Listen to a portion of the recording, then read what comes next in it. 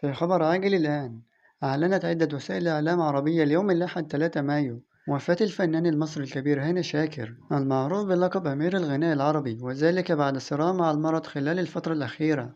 ووفقا لما نشرته مواقع إخبارية، فقد توفى الفنان هاني شاكر في العاصمة الفرنسية باريس، حيث كان يتلقى العلاج منذ أسابيع بعد تعرضه لوعكة صحية شديدة استدعت دخوله العناية المركزة. وأشارت التقارير إلى أن حالته الصحية شهدت تدهورا مفاجئا خلال الأيام الأخيرة بعد فترة من التحسن النسبي قبل أن يدخل في مرحلة حرجة انتهت بوفاته.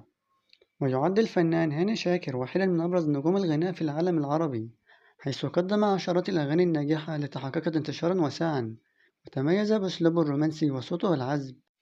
كما تولى منصب ناقب المهن الموسيقية في مصر لعدة سنوات، وكان له دور بارز في دعم الفنانين وتنظيم الوسط الفني. رحمه الله وجعل مثواه الجنة، وإنا لله وإنا إليه راجعون.